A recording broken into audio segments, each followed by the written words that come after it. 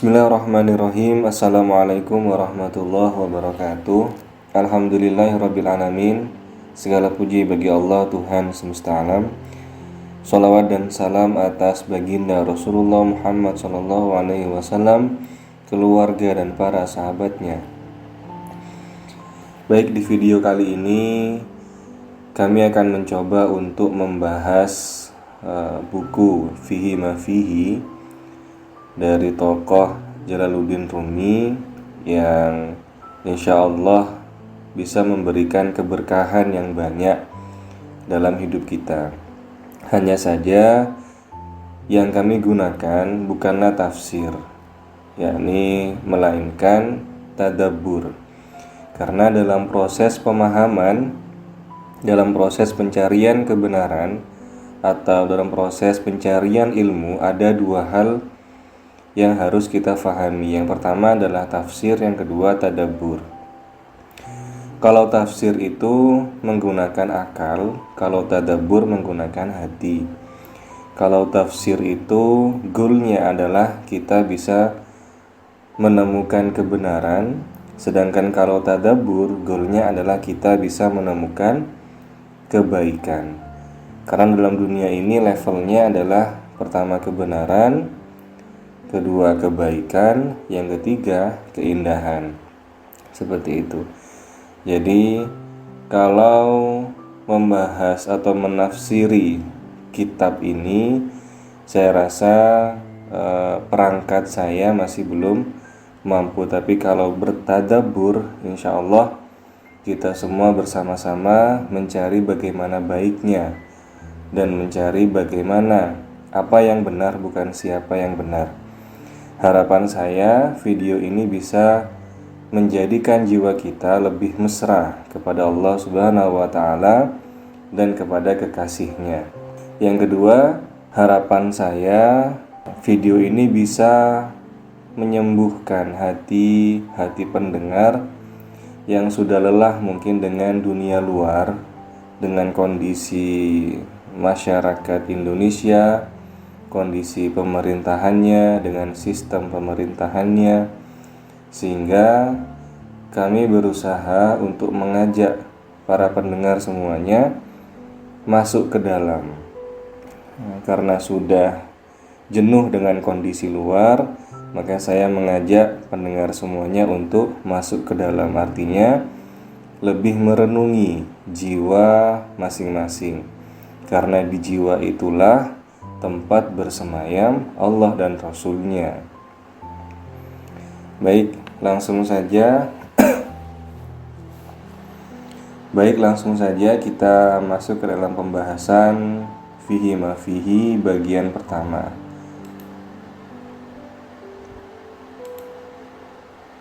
Nah, ini adalah pasal 1 semuanya karena Allah, halaman 23. Kenapa di video ini langsung halaman 23? Karena halaman 1 sampai halaman 22 menerangkan tentang biografi Maulana Rumi yang sudah pernah saya buat videonya di masa lalu. Jadi mungkin bisa ditonton di video sebelumnya. Untuk video kali ini kita khusus berdiskusi tentang isi dari buku ini. Oh iya, jika para pendengar ada yang kurang paham, bisa menuliskan pertanyaannya di kolom komentar, sehingga nanti di video selanjutnya bisa kita diskusikan bersama. Yang pertama adalah pasal 1, semuanya karena Allah. Di buku ini atau di halaman ini ada beberapa poin yang kami catat, yakni kriteria ulama. Seburuk-buruknya ulama adalah ia yang mengharap kepada pemimpin. Sebaik-baiknya ulama adalah ia yang bisa menerangkan jiwa para pemimpin. Kenapa kok di tahap pertama ini buku ini menjelaskan tentang kriteria ulama? Hal itu karena Rasul pernah bersabda, serigala itu akan menerkam seekor kambing yang dia berjalan sendirian, dan serigala itu akan menjauhi kambing yang berjalan secara berjamaah. Nah, oleh karena itu, sama seperti manusia, sasaran empuknya setan itu adalah orang yang sukanya menyendiri. Artinya, dia tidak suka untuk bersilaturahmi, dia tidak suka untuk berjamaah, dan dia tidak suka untuk berkumpul bersama saudaranya yang lain. Itu akan menjadi sasaran empuknya setan, seperti serigala yang sedang mengincar seekor kambing. Oleh karena itu, pelajaran kita yang pertama sebenarnya adalah mencari di jamaah mana kita akan kumpul, dengan orang yang seperti apa kita akan bergaul, dengan ulama yang seperti apa kita akan mengikut. Nah, jadi di sini petunjuknya adalah seburuk-buruknya ulama ia yang mengharap kepada pemimpin. Artinya seorang ulama ini dia mencari ilmu, dia kemudian berpendidikan, dia ngaji. Tujuannya adalah agar dekat dengan seorang pemimpin.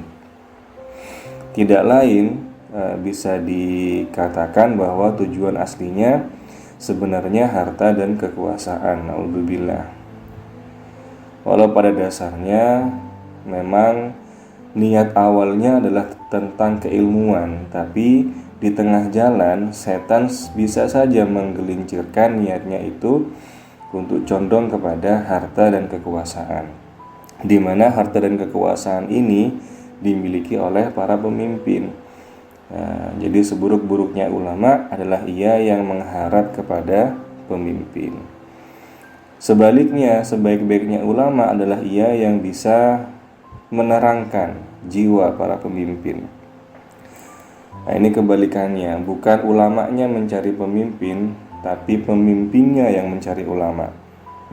Nah, pemimpin yang seperti inilah yang layak untuk kita jadikan panutan, karena keilmuannya murni karena Allah Subhanahu wa Ta'ala, bukan karena kekuasaan dan bukan karena harta. Kalau tipe ulama yang pertama ini, bisa jadi setiap geraknya itu bisa diarahkan atau bisa diperintah oleh pemimpin. Pemimpinnya bilang A, ulamanya bilang A. Pemimpinnya bilang B, ulamanya juga bilang B. Itulah tipe ulama yang mencari pemimpin, mengharap kepada pemimpin. Sebaliknya, kalau yang tipe yang kedua, pemimpinnya yang ikut ulama. Jadi posisi ulama sebagai penasehat raja. Nah, seperti inilah yang harus kita tiru. Maka doanya adalah semoga kita nanti dipertemukan dengan ulama yang niatnya tulus karena Allah Subhanahu wa Ta'ala. Nah, sesungguhnya dalam jiwa seorang ulama berisikan kalimat memberi, bukan menerima. Nah, ini contohnya. Jadi dijelaskan bahwa sesungguhnya harusnya jiwa seorang ulama itu isinya adalah kalimat memberi. Entah memberi ilmu, memberi ketenangan, memberi pencerahan, memberi harta, bahkan juga memberi kekuasaan yang baik karena Allah Ta'ala. Bukan menerima harta, bukan menerima kekuasaan, atau bahkan menerima pencerahan, bukan. Jadi ulama itu harusnya dalam jiwanya terngiang-ngiang memberi dan memberi. Nah, semoga kita dipertemukan dengan ulama yang demikian agar kita tidak salah dalam berkumpul. Kalau kita ingat obat hati yang nomor 3 adalah berkumpul dengan orang soleh. Nah, semakin sering kita berkumpul dengan orang-orang soleh seperti ini, maka hati kita akan dijauhkan dari yang namanya penyakit hati, iri, dengki, hasad, tamak, dan lain sebagainya. Oke, lembar kedua. Halaman 27. Kisah Rasul tertawa melihat tawanan perang yang terbelenggu. Nah, di sini diceritakan sebuah kisah di mana saat Kanjeng Nabi selesai melaksanakan peperangan dengan kaum kafir dan kemudian menang, kemudian Rasulullah mengikat atau merantai tawanan perang itu. Kemudian Rasul berjalan di tengah-tengah tawanan perang. Kemudian Rasul tertawa melihat salah seorang dari mereka. Nah, kemudian salah seorang dari mereka itu mengejek Rasulullah. Jadi kalau bahasa kitanya, bahasa keseharian kita, nah itulah Kanjeng Nabi tertawa melihat kita tersiksa. Berarti itu bukti bahwa dia itu orang biasa saja. Mana yang katanya Nabi itu akhlaknya baik, mana yang katanya Nabi itu akhlaknya bagus, tidak ada. Buktinya itu dia tertawa melihat kita terbelenggu. Nah, mendengar ejekan itu kemudian Rasul menjelaskan kenapa kok beliau tertawa. Dijelaskanlah kepada seorang tawanan tadi. Wahai fulan, tahukah kamu kenapa aku tertawa? Aku tertawa itu karena aku merasa lucu, merasa geli, jiwanya Kanjeng Nabi merasa geli. Kenapa? Kok ada orang ditarik berulang kali menuju kebaikan, orang diajak berulang kali menuju kepada cahaya, menuju kepada surga, tapi orang ini maksa untuk dia ingin masuk ke dalam bara api yang pada akhirnya akan membinasakan dia. Kanjeng Nabi berusaha untuk mengajak mereka berbuat baik, beribadah, bertakwa kepada Allah Ta'ala. Itu Kanjeng Nabi berusaha untuk mengajak dia kepada cahaya. Tapi berulang kali mereka menolak, malah pengen masuk ke dalam api, masuk ke dalam kemurkaan, masuk ke dalam lubang setan. Nah, dari situlah kemudian menggelitik jiwa Nabi sehingga beliau tertawa. Heran gitu, kok ada orang yang berusaha berulang kali diajak kepada kebaikan tapi tidak mau. Nah, ini kalimatnya, mengapa kau menyeret kami dari tempat kebinasaan ini menuju taman-taman bunga dan tempat yang paling aman. Nah, ini kalimat mereka, seolah-olah mereka itu tidak mau diajak kepada taman-taman bunga, mereka lebih pengen kepada tempat kebinasaan ini. Sehingga Rasul kemudian tertawa. Bukan karena Rasul menertawakan kesengsaraan dia terbelenggu, tidak. Rasul menertawakan kehidupan dia. Kenapa dia tidak mau seperti itu. Rasul bisa melihat apa yang orang lain tidak bisa lihat dan memahami apa yang orang lain tidak bisa pahami. Ini adalah sebuah berkah dari Allah Subhanahu wa Ta'ala untuk Rasulullah, bahwa beliau bisa melihat apa yang orang lain tidak bisa lihat dan bisa memahami apa yang orang lain tidak bisa pahami. Nah, hebatnya Indonesia, strategi mereka sia-sia. Ini adalah kesimpulan dari paragraf kedua. Pada mulanya kalian susun kekuatan, membentuk para tentara, membuat formasi kemiliteran. Kalian begitu percaya diri dengan kejantanan, keberanian, dan kekuatan yang kalian miliki. Lalu berkata kepada diri sendiri, inilah yang akan kami lakukan. Kami akan hancurkan orang-orang Islam dan menaklukkan mereka. Tapi kalian tidak melihat keberadaan yang maha kuasa, yang jauh lebih berkuasa dari kalian. Kalian tak tahu keberadaan yang maha kuat, yang kekuatannya jauh di atas kekuatan kalian. Maksudnya adalah, orang-orang kafir itu ketika berusaha ingin menggempur orang-orang yang bertakwa, akal mereka sangat cerdas sekali, menghitung atau mengukur segalanya, penuh dengan ukuran yang sangat detail. Misalkan kalau misalnya kita strategi perang, lewat sini senjatanya ini, nanti kita serang jam segini, sangat detail sekali. Tapi ada satu yang mereka tidak perhitungkan, yaitu apa? Keberadaan Allah Subhanahu wa Ta'ala. Nah, hebatnya Indonesia ini apa? Saya yakin Indonesia saat ini sedang diserang oleh banyak negara yang ingin menguasai tanah Nusantara ini. Mulai dari tambang emasnya, dari lautnya, dari perdagangannya, segalanya, pendidikannya, segalanya. Tapi ingat, strategi mereka, negara-negara yang ingin menguasai Indonesia, tidak akan berhasil. Kenapa? Karena mereka tidak memperhitungkan adanya Tuhan yang disembah oleh rakyat Indonesia. Berulang kali mereka ingin menyerang kita, kita selalu saja bisa bertahan. diserang lagi kita bertahan lagi. Maka sampai kapanpun, mau diserang seperti apapun, kita akan tetap bisa bertahan walaupun sampai titik darah penghabisan. Maka itulah hebatnya orang Indonesia, berkumpul bersolawat, berkumpul bertahlil, membaca subhanallah walhamdulillah wa la ilaha illallah wallahu akbar. Rakyatnya kompak untuk memohon pada Allah Subhanahu wa taala dan sebagainya. Maka perlindungan darinya akan senantiasa turun melindungi negara ini. Ini adalah quote-nya. Bahkan ketika ketakutan sudah ada di ubun-ubun kalian, tetap jangan pernah kehilangan harapan kepadaku. Wah, inilah karakteristik orang Indonesia. Tidak pernah putus harapan kepada Allah Subhanahu wa taala. Ketika kita mendapatkan cobaan, yang pertama kita ingat adalah pertolongan dari Allah Subhanahu wa taala. Ketika kita mendapatkan kecelakaan, yang kita ingat adalah Allah. Maka saya sangat husnudzon kepada Indonesia ini bahwa kita pasti akan selamat. Secara makro Indonesia, secara mikro diri kita masing-masing.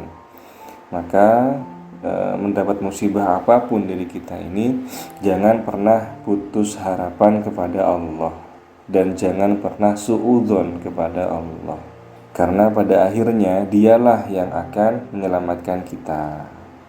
Oke. Halaman kedua, halaman 29. Nah, ini menjelaskan tentang tingkatan menggapai cinta. Versinya fihi ma fihi. Yang pertama adalah khauf, yang kedua roja, yang ketiga mencapai fana.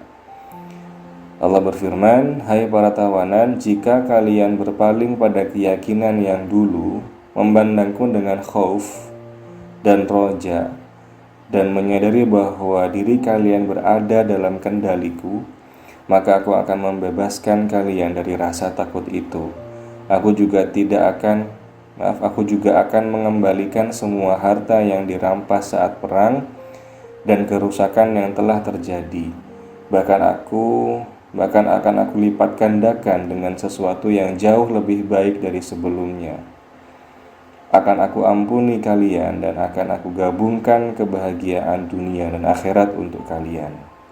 Nah, ini adalah tingkatan menggapai cinta. Maksudnya Allah dalam ayat ini menerangkan proses-proses atau tahapan-tahapan kita bisa menggapai cintanya Allah. Yang pertama khauf, yaitu perasaan takut kepada Allah Subhanahu wa taala.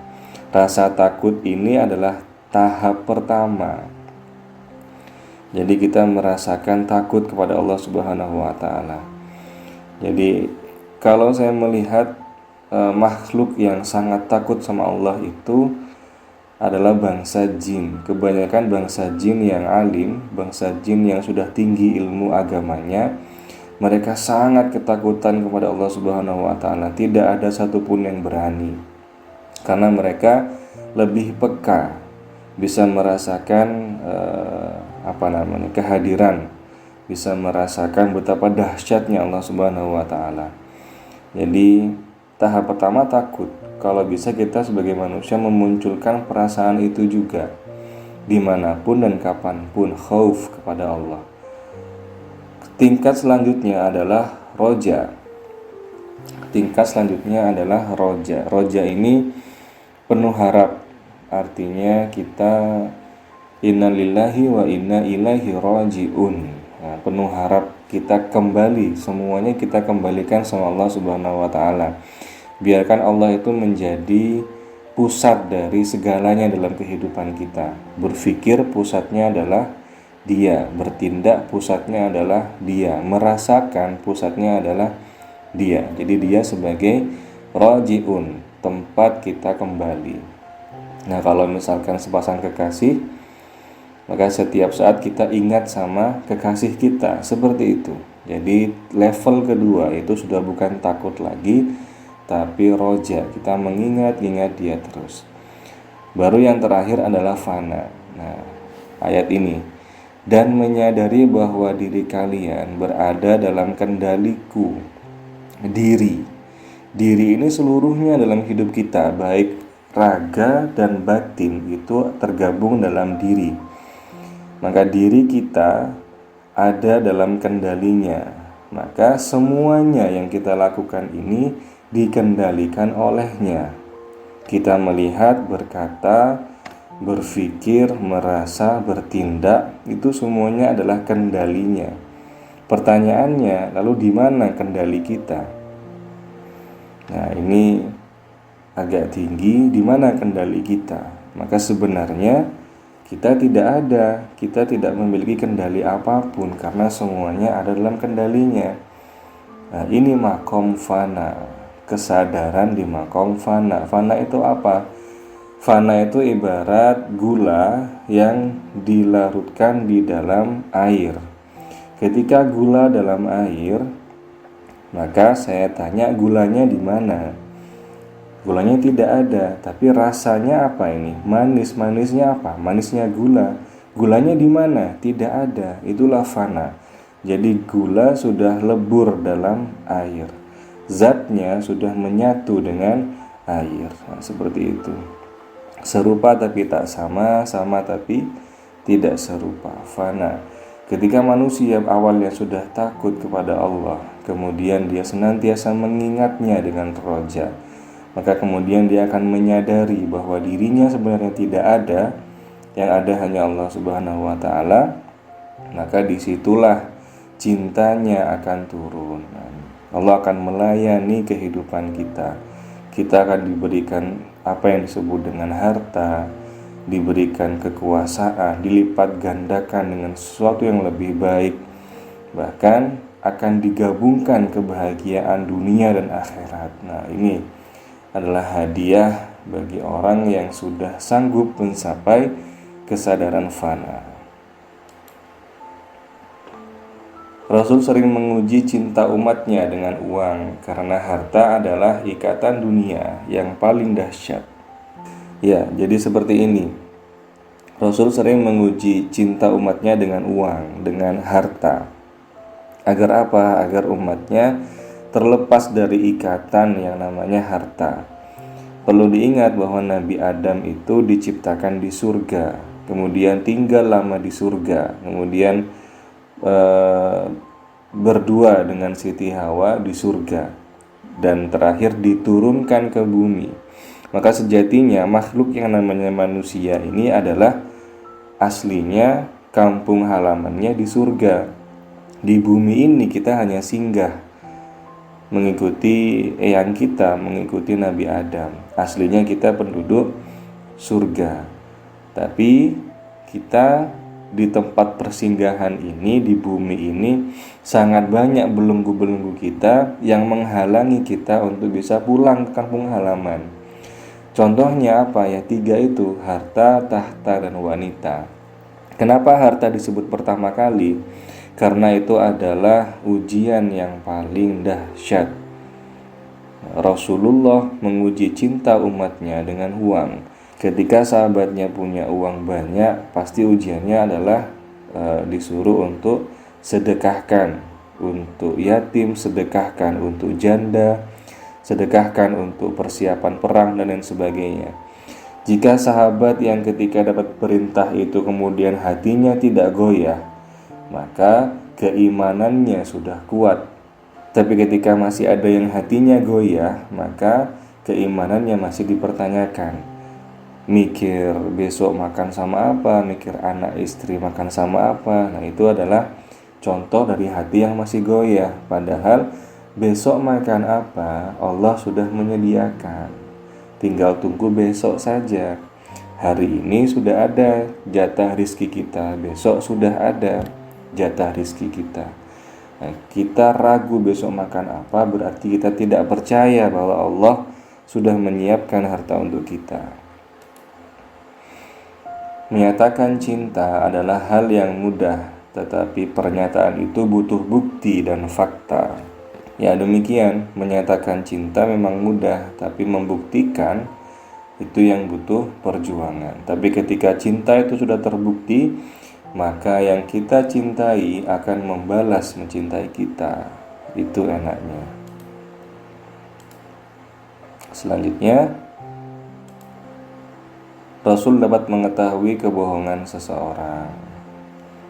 Nah, ini ada seorang sahabat ditagih sama Kanjeng Nabi, jika memang kamu mencintai Allah, mencintai agama ini, tolong hartamu itu gunakan untuk perang. Nah, kemudian si sahabat ini, Abbas ini menjawab, aku sudah tidak punya apa-apa lagi. Nah, dia menjawab demikian kepada Kanjeng Nabi. Kemudian Kanjeng Nabi bilang, lihatlah kamu tidak jujur. Wah, ketahuan dia bohong. Dia jawab lagi, tidak, sungguh aku sudah tidak punya apa-apa lagi. Kemudian ditebak sama beliau, bukankah kamu menitipkan sejumlah harta pada ibumu? Bukankah kamu mengubur sebagian hartamu di tempat ini dan itu?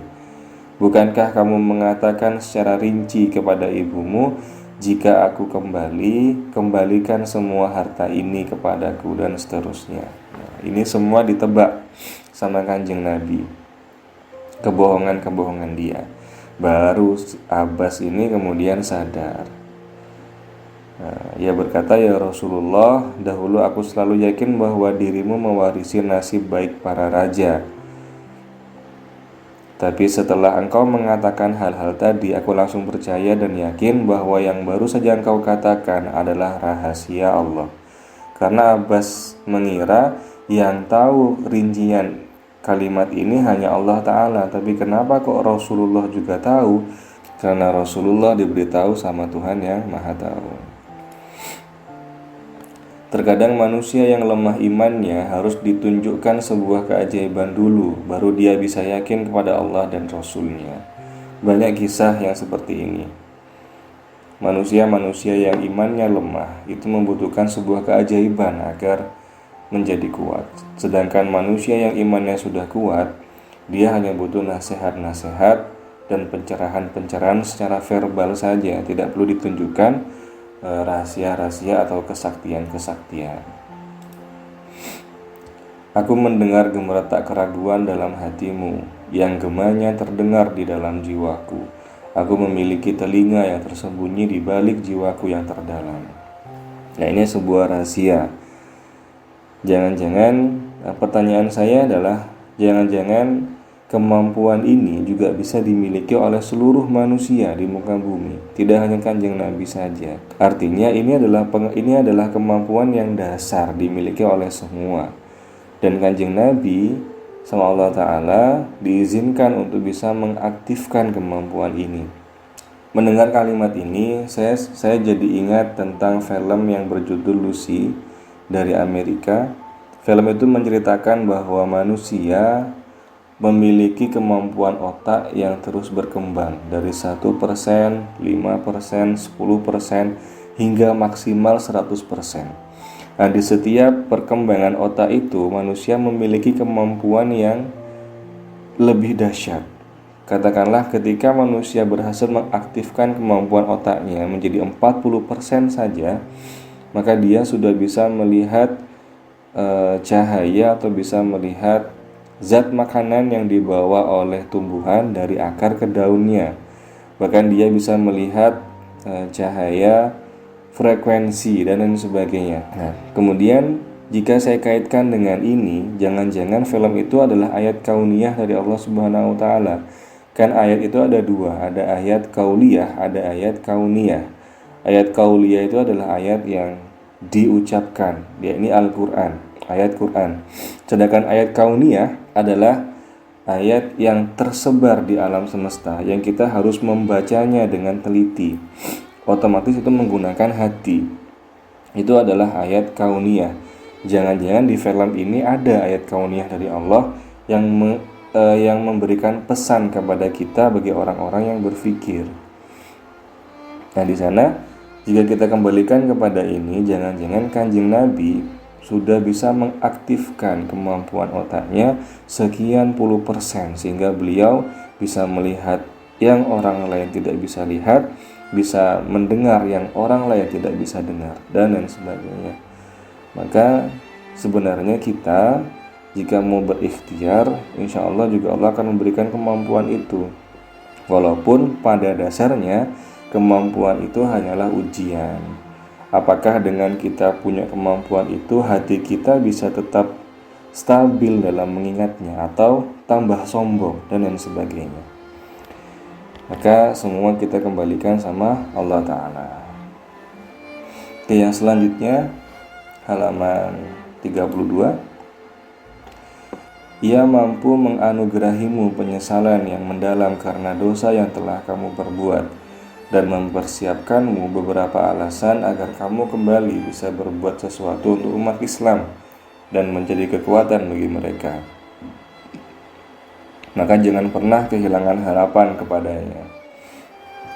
Ini adalah hiburan, artinya Allah menghibur seorang hambanya yang mungkin gemar bermaksiat, seorang hamba yang mungkin gemar dalam berdosa. Jadi Allah memberikan sebuah berita gembira bahwa kalian atau bahkan kita yang penuh dengan dosa, jangan khawatir. Saat kita melakukan sebuah penyesalan, bahwa penyesalan itu, daya penyesalan itu bersumber darinya juga. Nah, kemudian ketika kita menyesal, kita akan punya kekuatan untuk melakukan sebuah perubahan yang mana kekuatan itu berasal darinya juga. Nah, kemudian ketika kita sudah berbuat salah dan kemudian kesalahan itu dilihat oleh banyak orang, maka Allah mempersiapkan beberapa alasan untuk kita agar kita bisa kembali berbuat sesuatu, kembali bisa berbuat sesuatu untuk umat Islam, untuk mereka. Jadi memang hidayah itu langsung kepada akal kita, langsung kepada hati kita. Sehingga ketika kita bersalah dilihat oleh banyak orang, jangan bingung. Allah akan membuatkan alasan untuk kita, yang mana ketika alasan itu diucapkan masuk kepada orang-orang sehingga orang-orang kembali percaya kepada kita. Ini detail ya. Ini adalah pertolongan detail dari Allah Subhanahu wa taala.